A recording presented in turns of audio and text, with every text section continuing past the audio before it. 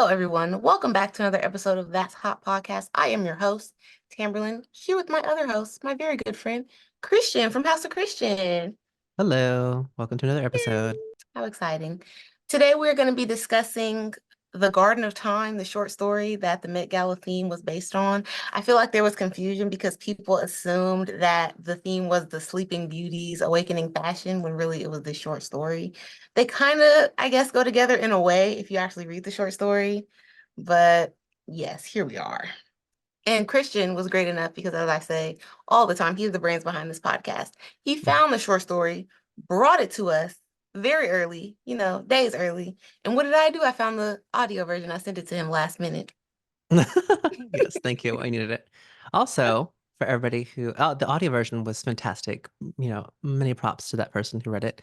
But for y'all who want to stay tuned, at the end of this podcast, I'm going to read it to you, the short story. So you don't have to Yes. go and read it. Be prepared to be read to sleep or test of compatibility. In the old times, in the Garden of Time era, people paid companions to chill with them in their mansions, read them books, Mhm. sing songs, play piano. That's what Christian will be doing for you today. He will be your companion. This time for free, but next time I will charge. I could teach you, but I have to charge. I guess let's get into it. Let's see. Yeah. What did you think of it? All right, I'm not gonna lie to you. Initially, I was bored. I was listening to it like, what? So I even stopped at some point to like read instead. Like, is this gonna be more like thrilling? No, it was not.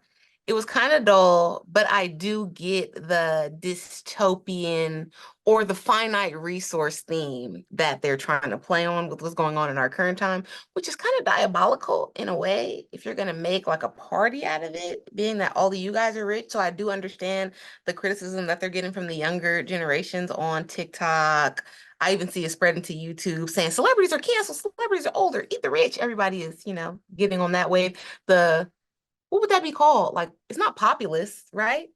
It's, Is it? Is it not? that's what I think. Like, it's the populist, like, we're in our everyman era. We might Right. actually get some rights or something out of this time. If the kids keep on, this fervor that they have up with the protests, we may be in another workers' rights Revolution. revolution type time. Yeah, and very Yeah, I agree. scary. And also it's interesting just because of all of the theme was awakening, like Sleeping Beauty's awakening, what was it? Fashion?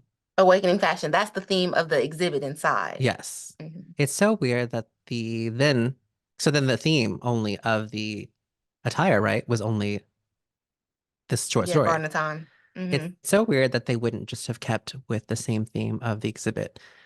And that of all the stories in all the world, they chose this one that's so similar to our times and everything that we're dealing with.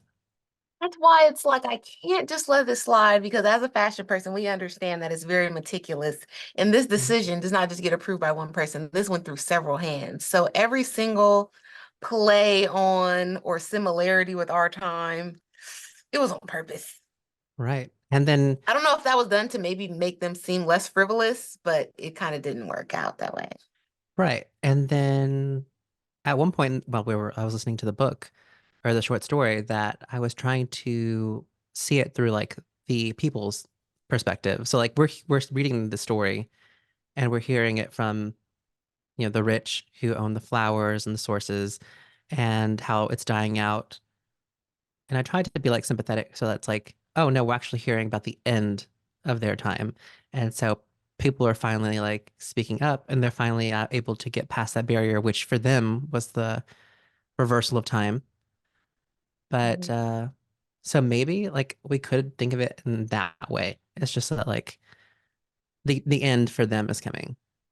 Okay, so you're saying we could think of this from the way that the celebrities know and understand that their Mhm. time is coming to an end, whether that be the whole Andy Warhol theory, everybody has their 15 minutes, whether that be just the fleeting nature of fame now and celebrity, especially in the social media time where it's been democratized and a person like, for example, I hate to run this woman's name into the ground, but she has become synonymous with the whole famous for being famous thing, Kim Kardashian Okay. who has been working for years. Whether you want to respect it or call it work or not, she has been outside on the grind, trying to get her name out, trying to get on magazine covers, trying to become a person of note, and pops up Wisdom from TikTok, who's just doing cool fits in his house.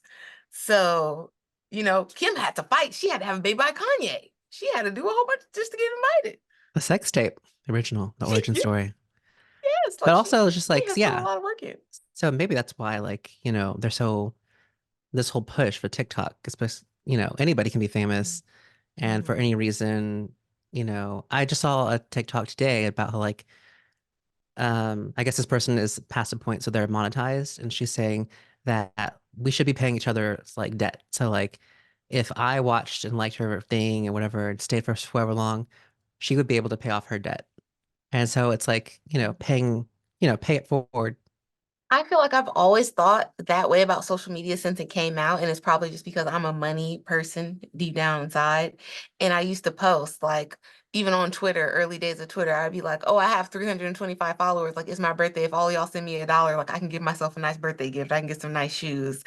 And it's like, people write that kind of stuff off. But yeah, especially for people that have tons of viral content on, even like if we want to go far back as like Vine and things like that, even if we just sent them 25 cents, like we could have helped their life for just entertaining us for a second. Right. Something we would do for someone that's already established, like you don't mind paying to go to a comedy show or a concert. But this person because people on social media, you have parasocial relationships with them. I don't think people understand that. You watch people, like I feel like I've watched Bretman Rock grow up.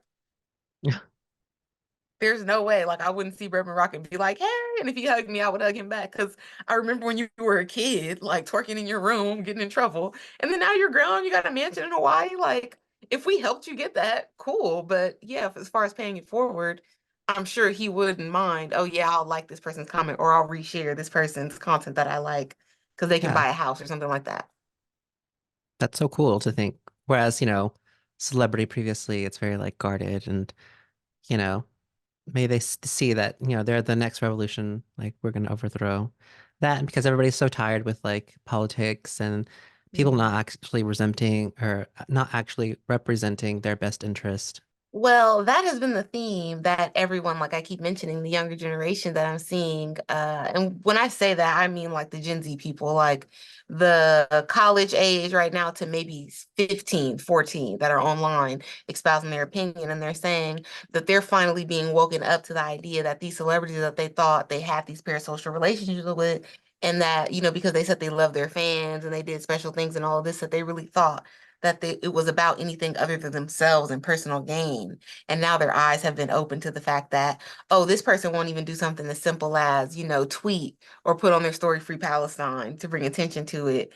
But, they will post their lip gloss brand or whatever 29 times. So, and Right. I've even seen people coming out and not like necessarily against, but they're using her as an example. They're posting Rihanna before. They were like when she was in her bad girl era, like her no give a fuck era, she was posting all this stuff. They posting her old tweets from Palestine. They're like now, but she's a billionaire though. It's very hands off. She's got nothing to say.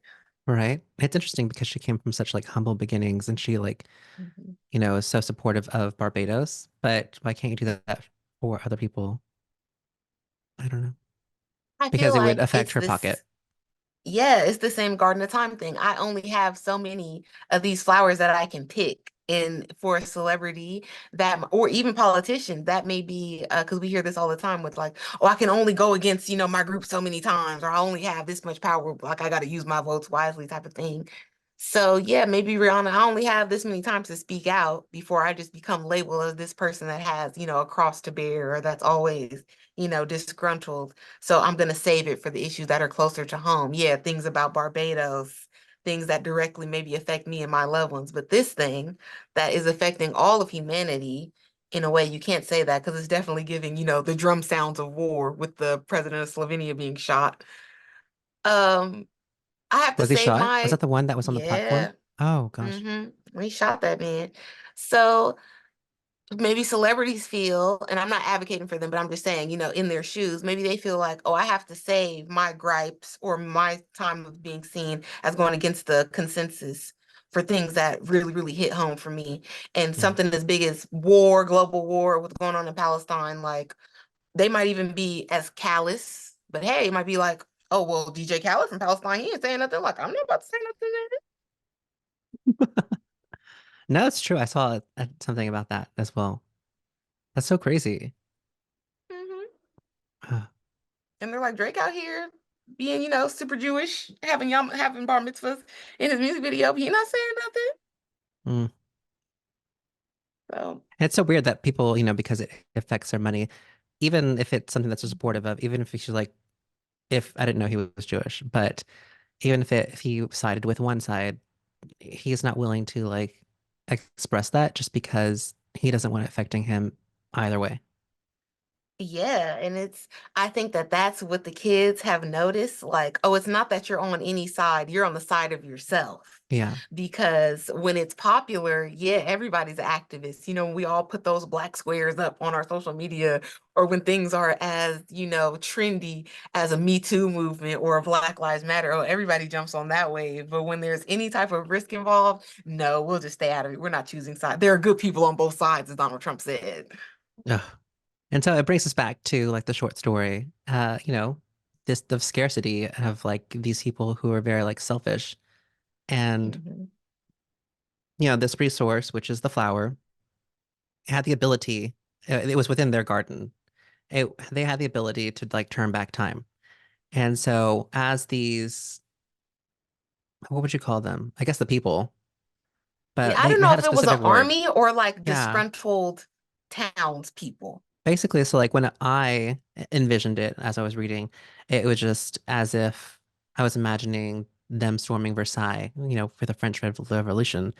They're storming, and it just talks about how they can only make it so far. So at one point, whenever he has more flowers, they were able to get only so far, and then he would reverse the time. But as the resource is becoming more limited and he's running out of flowers, they were encroaching more and more. And then the the couple just knew it was imminent, that their death was upon them. Except it was a nice turn of events in the ending where their death, they turned it to stone. The craziest part about this for me was Mhm. that when they're running out of the flowers and they know that the people are coming and it's imminent, they start hiding all their stuff. Oh yeah. What are y'all doing? Like, let me Mm. take down the Picasso and the Rembrandt. These people they don't deserve this, even if we do die. Right. And they were like specifically mentioning furniture. Come on, guys. But when you're rich, I do understand that those are the things that you care about and that you pride above all else. Because I think that's something that people of a lower socioeconomic situation don't really understand because you're not privileged enough to be in a circumstance where you do have priceless pieces of art and things in your home that you're like fanatical about because I don't know, you beat some dead guy at Sotheby's in the auction or whatever happened, you got it from your great aunt. Right. Like, poorer people don't really have heirlooms and things that they necessarily want to protect. I feel like the average American mostly just has pictures that Right. maybe they would take out of their house when they were leaving in their phones. Yeah. What they did mention a lot in the story was about the glassy nature of the flower and going into great detail about that. I feel like that was spot on with the Pat McGrath makeup that Zendaya wore. And some other people kind of tried to emulate a little bit that rosy, like, because there's something about that, even with the John Galliano show from Margiela, that seemed like, I don't know, like dying, wilting, trying to preserve beauty, but being decrepit. I don't know. Do you, I don't remember hearing what was the like actual theme of that collection.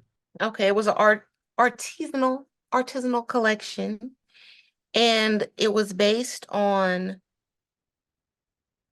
Brassai portraiture, both as the setting of the show and the color palette of the collection. The Hungarian French photographer captured black and white stills of Paris at night, moody, gothic, in like kind of the women of the night in Paris. Oh, that's interesting. I believe it was the September issue where Brassai was the inspiration for one of the shoots. Remember Grace Coddington? She went to Paris, and I think it was in the very beginning because she did all the portraits or all the photos, and they sent them back to the New York office. And she had this whole like she wanted the patina, the blurriness, um, Mm-hmm. evoking that feel. But whenever they sent it back to New York, the artistic director, I believe, he was trying then to resharpen the images. But she was communicating that's not Yes. what I wanted. I wanted this like, Mm-hmm. yeah, Because they texture. shot him in like a diner bar type of thing and Yeah, we'll through post some of those windows and photos. glass. Yeah, so Oh Versailles is yeah, it was definitely really like a very cute. um big inspiration for a lot of designers. I don't know. I feel like the story was so boring. I don't, after reading the story, I totally don't get the Hunger Games comparisons because it has nothing to do with that. The Hunger Games is taking a person from each town and making you fight for your hood. Mhm. This was just two rich people and all of us against them, more, but way closer to Versailles. Yeah, totally. And it's like of all the I don't know, that's why I don't understand like who approved this? Like who said and like all the people that it had to pass through to Yeah. okay the short story. It's nice that they're reading random pieces of literature, I guess, but I'm sure they could have picked a better piece to represent Uh, the theme. and especially if you were going to go so hard and make it separate from the theme of the exhibit, like at least do something good. Right. Why did you pick this? For this particular story, I wanted to like view it as us taking from the rich instead Hmm. of the rich losing. Yeah. Okay, so instead of like a rich person just losing all their money, the stories that we hear of gambling away, strippers and cocaine, Yeah, yeah. then the Well, people it's just just take like, over the house and they get all yeah. the things. So Hmm. like the perspective that JD Ballard, so the perspective that he's writing from was from the rich couple, but it would be interesting to see like somebody else write it from the like outside, from the horde of people who are Yeah. trying to storm the chateau or villa and just like randomly like how also like what's the entire story? How do they discover that this particular flower is the reason that time is being turned back? How do they find out that he's the one with the resource of the flower? Um, it would be interesting to find like somebody needs to write it up. I don't have enough time, but there's that thing. Maybe I'll do AI for it. Mm. Also, when you were talking, it just made me think about maybe this is supposed to be the pun or the hidden message in this theme, and then we kind of already talked about it at the beginning, is that the celebrities, Vogue, because print media is going out the window, they all are having to come to grips with the fact that life as we know it now, even the average person, that time is ending and we're going into a new era of things, whatever that is going to be. And for celebrities, it may be the democratization of fame. So now you actually have to bring something to the table, or you actually have to like engage with your fans. We're even seeing people like the most elusive and mysterious Beyonce doing hair care videos on social Mhm. media, trying to sell us some products. Like everybody is having to get information, no pun intended, because things are changing so rapidly. Right. Wow. And so to tie it back to the actual Met Gala event, what came as a repercussion from this whole like not from specifically the theme, but also because of our current economic and cultural like climate, but also what's that one girl's name who did the let them eat cake? Marie Antoinette. No, the influencer who redid Oh, the it. social media girl. We'll put her in. I Yeah. forgot her name, but yes, The new she's girl, she's not getting the digital guillotine. They're calling it. yes. So what came out of that is just like I feel like she's the big reason why everybody we started this or the people have started the blockout list, like blocking all these Mm. celebrities because they're standing on their money and they're not speaking out for actual issues except for whenever they can monetize whatever thing they find like trendy. So I do support that. We That, did talk about that a bit in our previous episode, so go back and listen to that. yeah, I'm so interested in the whole idea of like a digital guillotine or trying to hold celebrities accountable for their lack of, you know, awareness and them just being so rich and detached from people, yet depending on the people for their livelihood. Hmm. I don't know if that'll necessarily work unless we had a huge cultural shift, because I feel like even us having a podcast and posting individually on our own YouTube accounts, we run into it all the time where people will go out of their way to watch and comment on a video or something that we made. Who cares? You cared enough because you're here, you watched, and you typed something, you commented. So you care clearly. But you feel like it's somehow beneath you, but you're not even aware of your own biases and aware of your own. This algorithm is based on things you like. So if you're Oh my always God. seeing celebrity stuff, that's what you like. If you're always seeing, hot pink boots, that's what you're on. So don't come and be rude or be homophobic under people's posts. that were Speaking of, recommended to you. like how you say the algorithm feeds you. So like when they post something homophobic on like one of my pieces of content, I'll say, well, the algorithm just fed you this because it knows something about you that you probably don't realize or hiding. So like they're Yeah, probably your gay. unconscious biases. You're Yes. probably gay. Yeah. The algorithm is trying to get you, trying to coax it out, but you still want to hide. Hmm. And you're being rude and mean to others. Doesn't make sense. Also, we already talked about this before too, but example of the French Revolution, right? Just because you guys cut that lady's head off and you made the other aristocrats flee the country and all of that, it didn't stop things from progressing. From when all of that was over after a couple of years, people got back to being rich, back to being fashionable, back to going out partying, drinking champagne until the next war. So I really don't like it how people are so, and maybe it's just our time, like disaster driven and oh my God, the world is gonna end. And oh my God, this is the worst thing that's happened. Like, is it? Is it though? Or is this just more viral? Is it just more in our face? Is it just more Right. accessible to us because the people have a camera and everybody is a journalist now? We can all report on things. Please stop it with that. Like the world is not ending tonight because of what's going on. We can still enjoy fashion. People that like makeup or whatever, like you can still enjoy your frivolous things. You can do two things at once too. And also, I don't feel that, and I'm not at all like on the side of the celebrity, but I don't feel that you should be depending on a celebrity for your political activism or education on world news and topics. Right. Like, let that girl serve outfits, and if you want to buy a Kylie lip kit, go ahead. But it should stop there. Like, these are not political science majors. They can't really do anything about what's going on in the world either. They have no more power than you. I know you feel that way because their lives seem so much better than yours. But They do it's, have a lot of as we told you, influence. But I will say influence, that, but on right. regular people, on who? Yeah.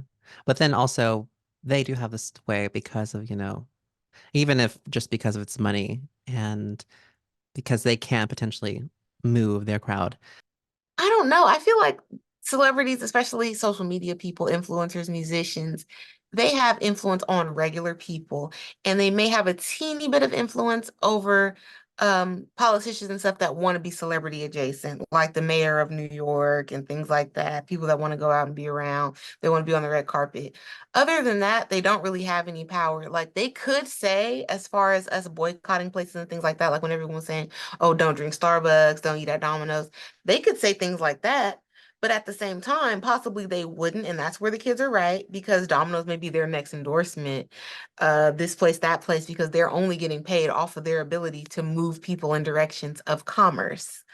So it gets tricky again with you expecting, because these are salespeople. That's the other part that I don't think that people are connecting anymore. Like back in the old days, even the 90s, for example, Christina Aguilera, make sure you listen to Jeannie in a podcast, Christian the podcast. Oh yeah. Christina Aguilera is an incredible singer. So if she's not peddling us booty shorts or waist trainers or flat tummy tea, like she can still pay her bills because she can go out, she can perform and sing. Even if people don't agree with whatever she may have going on politically, she can go out and sing and she'll be fine. These people that are influencing, they don't have that. True. They're not like gonna go be in a movie or nothing. They're not, no. Their highlight of the year is coming, getting invited to the Met Gala and getting our attention for a little while and trying to parlay that throughout the year into other things. Right.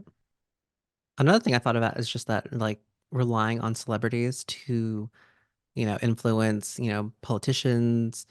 Um, a lot of these people, like a Taylor Swift or even a Beyonce, they got famous so young that, like I feel like their minds are stuck in that, they never had to like think critically for like college or how Yeah. much they really know about like the landscape of things. This is my point. Hmm. Beyonce did not even go to prom. That's no disrespect to that lady. She's been famous, globally famous since she was 16. Are these the opinions? Do you think that her opinions are informed when she's been in there dancing 12 hours a day getting ready for Coachella? Do you think she's watching the news? Do you think she's reading books, listening to video essays about what's going on in society? No, she's too busy doing No. vlogs on her MacBook. Look, doing video, talking about her life, Yes. you know, because she don't want to go to therapy. She don't want to tell a therapist her business. Taylor Swift. She's out dating people, breaking up with them so she can make more content. She's not going to be well versed on what's going on around the world. A funny moment about this. Maybe we can find a meme or something to put in. But it's like, who cares what Ja Rule thinks about what's going on? Stop putting him on the news, asking him. Oh, totally. Like he should not be speaking about anything. It's embarrassing that you guys want celebrities to be advocates. And in another time, I feel like there was such thing as a celebrity intellectual, like a Cornell West or I don't know, a Bill Nye. These people are known for being smart in their field. So yes, you should go to those people if you like to be influenced on, your opinions and your beliefs, but not just nobody that's selling you stuff. If they're not selling you things that are educational, you can't trust that opinion. Right. So, given that we've like read this short story, who do you think was most on theme for the book? For the book, probably Mhm. Zendaya. Yes. Yeah. Probably Zendaya. And just for the concept of running out of time, then his second up is Tyler. Oh yeah, totally. Yeah, because it was like sand and then she had the hourglass bag. Hmm. Everyone else I feel just played on the floral theme. Like they heard garden and was like, I've got it. Right? Like, did they read it? But Like, I didn't read it until now, but now I feel like it should have been mandatory. I do appreciate, I know it got a lot of hate on like TikTok especially, but I do appreciate the theory behind Camila Cabello's ice sculpture bag. okay. I think the execution of that bag was obviously not good because originally it was like it had a handle, but because the block of ice weighed down so much, it broke off. I'm sure it just fell off because the block of ice was too heavy. So, it was the gold encased flower. It was encased in the ice block, and then it had, Mhm. just the string of gold, like a link. Oh, okay. Yeah. And of course, it was going to break off because it was just too heavy. And so that's why, Why like on are the they? red carpet, she was holding it more so like a clutch. Yes, I saw that. Why are Yeah. these designers not testing out their ideas? Like Tyla Yeah, had to get her dress cut because she couldn't even walk up the stairs. What's going on in the fittings? Are right. there fittings? Well, allegedly there was because he said that he had to do the mold of her body. But I think it was nice just because, well, there definitely should have been a change of outfit. But it was nice because Hmm. that was the whole point of the dress was just like it can be worn once, it's a work of art, and then it's gone. But it's I did unfortunate like that that. they had to cut it up, just for her to walk. Like just have a change of outfit. Yeah, I did love that aspect of it because I do feel like, especially for events like the Met Gala, that's what your dress should be. It should be a one of a kind thing, piece of art. How Mona Patel, her Iris Van Harpen dress, that was one of our favorites. It got put in the exhibit right after she wore it. Like that's how you know you nailed it. But the Tyler thing, that's incredible because you'll have to make the dress over again and everybody will know. You cannot redo her moment. So especially as a Met debut, she won with that. I was Yes. thinking another one. Today, I was on TikTok today and I saw an ad and it was for the lady, I don't know her name, but she was the one with the big like gold like hat that had like the arrows coming out of it. And then it had the clock that was Okay. warped, kind of like the Dolly-esque. Hmm. Um, I don't know if was that Scaparelli that she was in, Oh, we did not confirm it was Scaparelli, but it looked Scaparelli inspired. right? But it came up on TikTok today that besides like all the content she was, getting for herself at the Met Gala, previously, whenever she was getting ready at her hotel, she was filming an ad for Mint Dentistry. I sent it to you on TikTok. But yeah, so she was filming herself because at Mint Dentistry, this is not an ad. Like I happened to go there, Mhm. but it's not an ad. And that's why my teeth are so white. Just kidding. Um, but it showed her like putting in her because they give you like a mold of your teeth and whatever, and for the whitening Mhm. and stuff. It's like, okay, get your money. That's great. This is again another point. You can't trust these people. They're No. selling dentist products. They're getting endorsed. You can't believe what they're saying. Everything they're saying is sponsored. Right. And that was like 2 weeks ago. And that ad finally hit me today. And I was like, oh, wow. It's like, who thought that she was filming this like weeks and weeks ago? Hmm. Yeah. She was working that night. She already got the makeup done once, might as well not waste it. Right? Oh my gosh. So good. Okay, so in the future, what would you pick as the next Met Gala theme? Because we've had a lot of boringness as of late. Hmm. I don't even remember last year's. What was it? Oh, Karl Last year. Lagerfeld. And then I also didn't Yes. think they did like the best.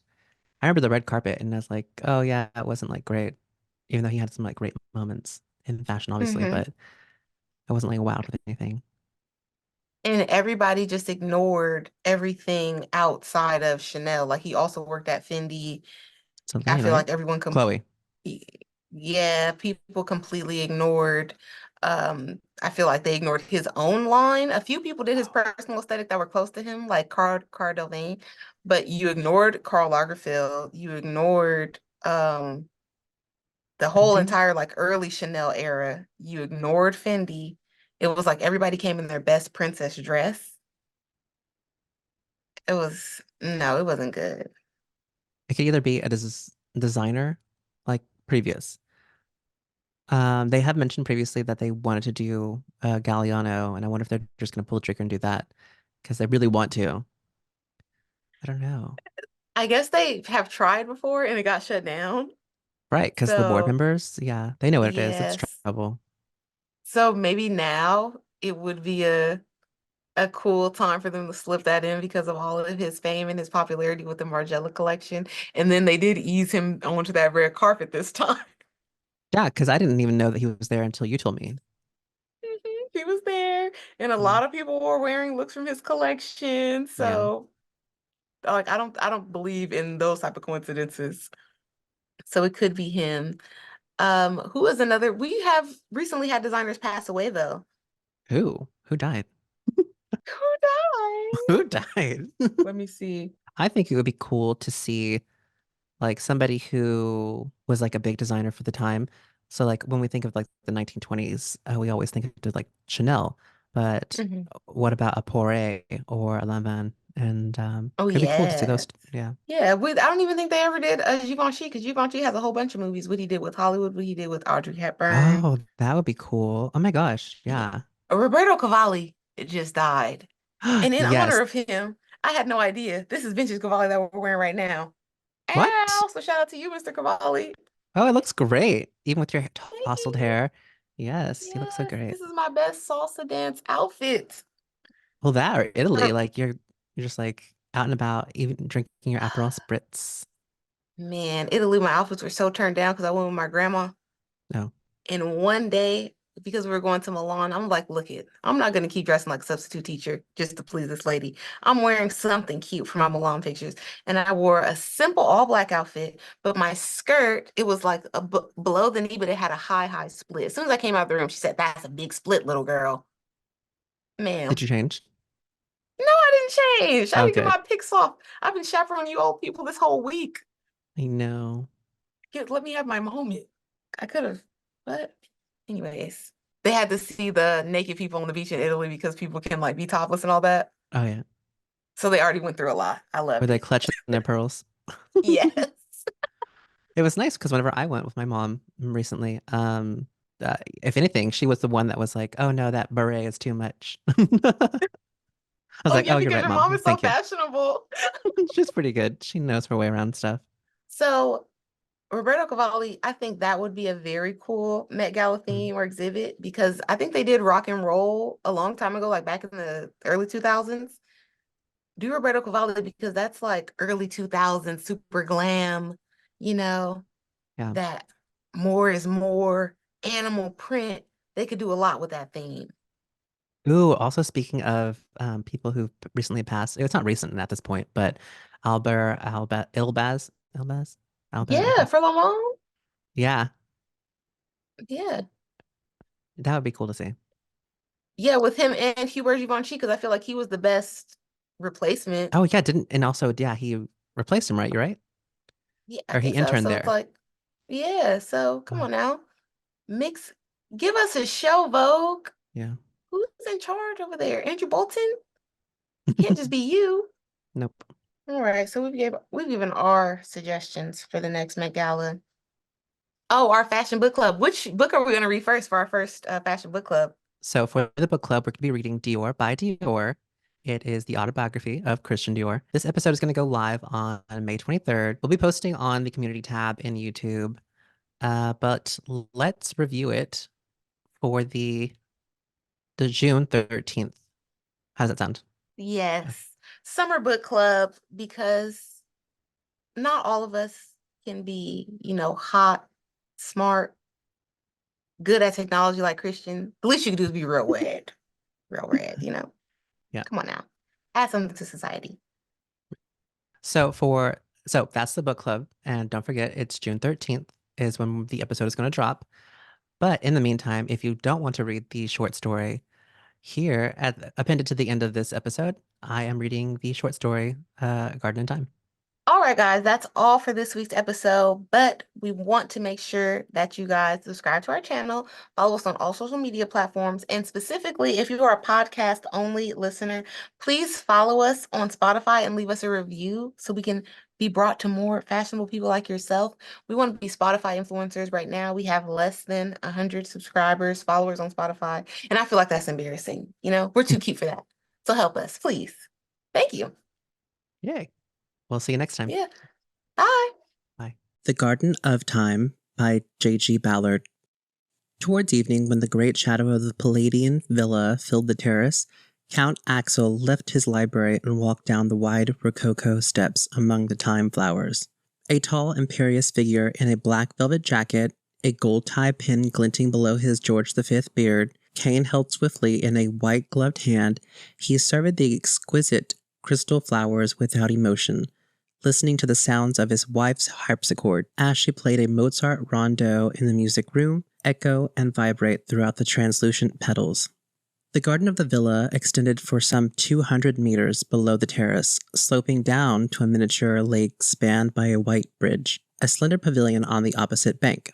Axel rarely ventured as far as the lake. Most of the time flowers grew in a small grove just below the terrace, sheltered by a high wall which encircled the estate.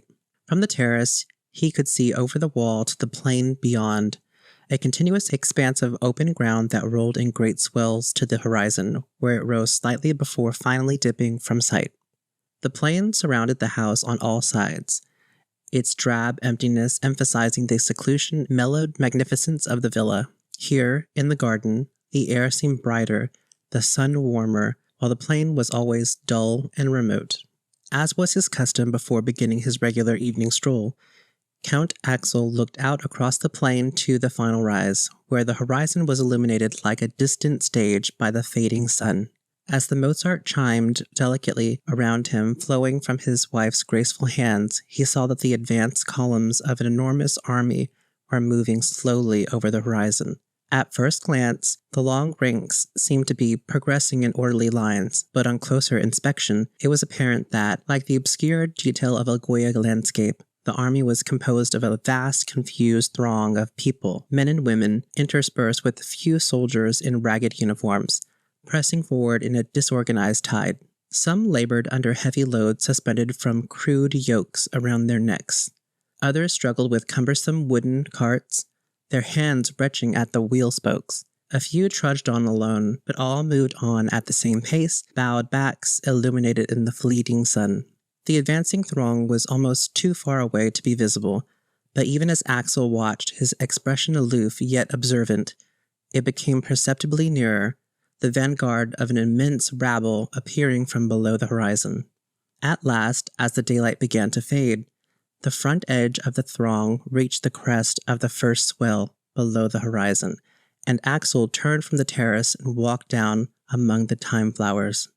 The flowers grew to a height of about 2 meters, their slender stems, like rods of glass, bearing a dozen leaves, the once transparent fronds frosted by the fossilized veins. At the peak of the stem was the thyme flower, the size of a goblet, the opaque outer petals enclosing the crystal heart. Their diamond brilliance contained 1,000 facets, the crystal seeming to drain the air of its light and motion. As the flowers swayed slightly in the evening air, they glowed like flame-tipped spears. Many of the stems no longer bore flowers, and Axel examined them all carefully a note of hope now and then crossing his eyes as he searched for any further buds. Finally, he selected a large flower on the stem nearest the wall, removed his gloves, and with his strong fingers snapped it off. As he carried the flower back onto the terrace, it began to sparkle and deliquesce. The light trapped within the core at last released. Gradually, the crystal dissolved, only the outer petals remaining intact, and the air around Axel became bright and vivid, charged with slanting rays and flared away into the waning sunlight. Strange shifts momentarily transformed the evening, subtly altering its dimensions of time and space. The darkened portico of the house, its patina of age stripped away, loomed with a curious, spectral whiteness as if suddenly remembered in a dream. Raising his head, Axel peered over the wall again. Only the furthest rim of the horizon was lit by the sun, and the great throng, which before had stretched almost a quarter of the way across the plain, had now receded to the sunset. The entire concourse abruptly flung back in a reversal of time, and now appearing to be stationary. The flower in Axel's hand had shrunk to the size of a glass thimble, the petals contracting around the vanishing core.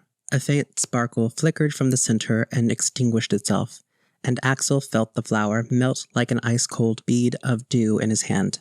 Dusk closed around the house, sweeping its long shadows over the plain, the horizon merging into the sky. The harpsichord was silent, and the time flowers, no longer reflecting its music, stood motionlessly like an embalmed forest. For a few moments, Axel looked down at them, counting the flowers which remained, then greeted his wife as she crossed the terrace, her brocade evening dress rustling over the ornamental tiles. "What a beautiful evening, Axel," she spoke feelingly, as if she were thanking her husband personally for the great ornate shadow across the lawn and the dark, brilliant air. Her face was serene and intelligent, her hair swept back behind her head into a jeweled clasp touched with silver. She wore her dress low across her breasts, revealing a long, slender neck and high chin. Axel surveyed her with fond pride. He gave her his arm, and together they walked down the steps into the garden. "One of the longest evenings this summer," Axel confirmed, adding, "I picked the perfect flower, my dear, a jewel. With luck, it should last us for several days." A frown touched his brow, and he glanced involuntarily at the wall. Each time now, they seemed to come nearer. His wife smiled at him encouragingly and held his arm more tightly. Both of them knew that the garden was dying. 3 evenings later, as he had estimated, though sooner than he had secretly hoped, Count Axel plucked another flower from the thyme garden. When he first looked over the wall, the approaching rabble filled the distant half of the plain, stretching across the horizon in an unbroken mass. He thought he could hear the low, fragmentary sound of voices carried across the empty air, a sullen murmur punctuated by cries and shouts, but quickly told himself that he had imagined them. Luckily, his wife was at her harpsichord, and the rich contrapuntal patterns of a Bach fugue cascaded lightly across the terrace, masking other noises.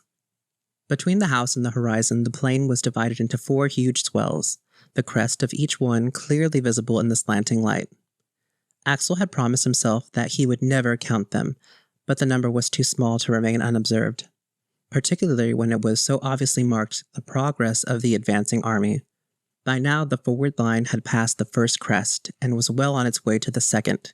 The main bulk of the throng pressed behind it, hiding the crest and the even vaster concourse spreading from the horizon. Looking to the left and right of the central body, Axel could see the apparently limitless extent of the army. What had seemed at first to be the central mass was no more than a minor advance guard, one of the many similar arms reaching across the plain. The true center had not yet emerged, but from the rate of the extension, Axel estimated that when it finally reached the plain, it would completely cover every meter of ground. Axel searched for any large vehicles or machines, but all was amorphous and uncoordinated as ever. There were no banners or flags, no mascots or pike bearers. Heads bowed, the multitude pressed on, unaware of the sky. Suddenly, just before Axel turned away, the forward edge of the throng appeared on top of the second crest and swarmed across the plain. What astounded Axel was the incredible distance it had covered while out of sight. The figures were now twice the size, each one clearly within sight. Quickly, Axel stepped from the terrace, selected a thyme flower from the garden, and tore it from the stem. As it released its compacted light, he returned to the terrace. When the flower had shrunk to a frozen pearl in his hand, he looked out at the plain. With relief, he saw that the army had retreated to the horizon again. Then he realized that the horizon was much nearer than previously, and that what he assumed to be the horizon was the first crest. When he joined the Countess on their evening walk, he told her nothing of this, but she could see behind his casual unconcern and did what she could to dispel his worry. Walking down the steps, she pointed to the thyme garden. "What a wonderful display, Axel. There are so many flowers still." Axel nodded, smiling to himself at his wife's attempt to reassure him. Her use of "still" had revealed her own unconscious anticipation of the end. In fact, a mere dozen flowers remained of the many hundreds that had grown in the garden, and several of these were little more than buds. Only 3 or 4 were fully grown.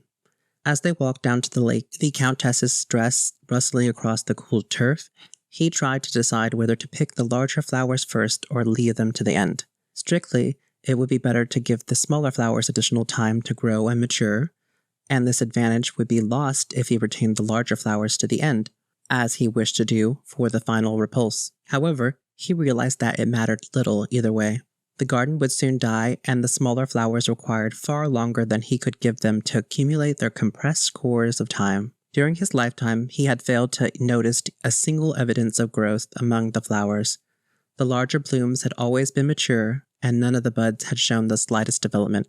Crossing the lake, he and his wife looked down at the reflections in the still black water. Shielded by the pavilion on one side and the high garden wall on the other, the villa in the distance, Axel felt composed and secure, the plain with its encroaching multitude a nightmare from which he had safely awakened. He put one arm around his wife's smooth waist and pressed her affectionately to his shoulder, realizing he had not embraced her for several years. Though their lives together had been timeless, and he could remember as if yesterday when he first brought her to live in the villa. "Axel," his wife asked with sudden seriousness, "before the garden dies, may I pick the last flower?" Understanding her request, he nodded slowly. One by one, the succeeding evenings, he picked the remaining flowers, leaving a single small bud, which grew just below the terrace for his wife. He took the flowers at random, refusing to count or ration them, plucking 2 or 3 of the smaller buds at the same time when necessary. The approaching horde had now reached the second and third crests, a vast concourse of laboring humanity that blotted out the horizon. From the terrace, Axel could clearly see the shuffling, straining ranks moving down into the horizon towards the final crests, and occasionally the sound of their voices carried across to him, interspersed with cries of anger and the cracking of whips. The wooden carts lurched from side to side on tilting wheels, their drivers struggling to control them. As far as Axel could tell, not a single member of the throng was aware of its overall direction. Rather, each one blindly moved forward across the ground directly below the heels of the person in front of him, and the only unity was that of the cumulative compass. Pointlessly, Axel hoped that the true center, far below the horizon, might be moving in a different direction, and that gradually the multitude would alter course, swing away from the villa, and recede from the plain like a turning tide. On the last evening but one, as he plucked the thyme flower, the forward edge of the rabble had reached the third crest and was swarming past it. While he waited for the Countess, Axel looked down at the 2 flowers left, both small buds which would carry them back through only a few minutes of the next evening. The glass stems of the dead flowers reared up stiffly into the air, but the whole garden had lost its bloom. Axel passed the next morning quietly in his library, sealing the rarer of his manuscripts into the glass-top cases between the galleries. He walked slowly down the portrait corridor, polishing each of the pictures carefully, then tidied his desk and locked the door behind him. During the afternoon, he busied himself in the drawing rooms, unobtrusively assisting his wife as she cleaned their ornaments and straightened the vases and busts. By evening, as the sun fell behind the house, they were both tired and dusty. Neither had spoken to the other all day. When his wife moved towards the music room, Axel called her back. "Tonight we'll pick the flowers together, my dear," he said to her evenly, "one for each of us." He peered only briefly over the wall. They could hear, less than a kilometer away, the great dull roar of the ragged army, the ring of iron and lash, pressing on towards the house. Quickly, Axel plucked his flower, a bud no bigger than a sapphire. As it flickered softly, the tumult outside momentarily receded, then began to gather again. Shutting his ears to the clamor, Axel looked around at the villa, counting the 6 columns in the portico, then glazed out across the lawn at the silver disk of the lake, its bowl reflecting the last evening light and the shadows moving between the tall trees, lengthening across the crisp turf. He lingered over the bridge where he and his wife had stood arm in arm for so many summers. Axel! The tumult outside roared into the air. 1,000 voices bellowed only 20 or 30 meters away. A stone flew over the wall and landed among the thyme flowers, snapping several of the brittle stems. The Countess ran towards him as a further barrage rattled along the wall. Then a heavy tile whirled through the air over their heads and crashed into one of the conservatory windows. Axel! He puts his arms around her, straightening his silk cravat when her shoulder brushed it between his lapels. Quickly, my dear, the last flower. He led her down the steps and through the garden. Taking the stem between her jeweled fingers, she snapped it cleanly, then cradled it within her palms. For a moment, the tumult lessened slightly and Axel collected himself. In the vivid light sparkling from the flowers, he saw his wife's white, frightened eyes. Hold it as long as you can, my dear, until the last grain dies. Together they stood on the terrace, the Countess clasping the brilliant dying jewel, the air closing in upon them as the voices outside mounted again. The mob was battering at the heavy iron gates, and the whole villa shook with a massive impact. While the final glimmer of light sped away, the Countess raised her palms to the air as if releasing an invisible bird.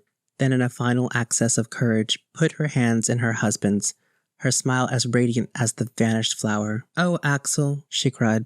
Like a sword, the darkness swooped down across them. Heaving and swearing, the outer edge of the mob reached the knee-high remains of the wall enclosing the ruined estate, hauled their carts over it and along the dry ruts of what had once been an ornate drive. The ruin, formerly a spacious villa, barely interrupted the ceaseless tide of humanity. The lake was empty, fallen trees rotting at its bottom, an old bridge rusting into it. Weeds flourished among the long grass in the lawn, overrunning the ornamental pathways and carved stone screens. Much of the terrace had crumbled, and the main section of the mob cut straight across the lawn. Bypassing the gutted villa, but 1 or 2 of the more curious climbed up and searched among the shell. The doors had rotted from their hinges, and the floors had fallen through. In the music room, an ancient harpsichord had been chopped into firewood, but a few keys still lay among the dust. All the books had been toppled from the shelves in the library. The canvases had been slashed, and gilt frames littered the floor. As the main body of the mob reached the house, it began to cross the wall at all points along its length. Jostled together, the people stumbled into the dry lake, swarmed over the terrace, and pressed through the house towards the open doors on the north side. One area alone withstood the endless wave. Just below the terrace, between the wrecked balcony and the wall, was a dense 2-meter-high growth of heavy thorn bushes. The barbed foliage formed an impenetrable mass, and the people passing stepped around it carefully, noticing the belladonna entwined among the branches. Most of them were too busy finding their footing among the upturned flagstones to look up into the center of the thorn bushes, where 2 stone statues stood side by side, gazing out over the grounds from their protected vantage point.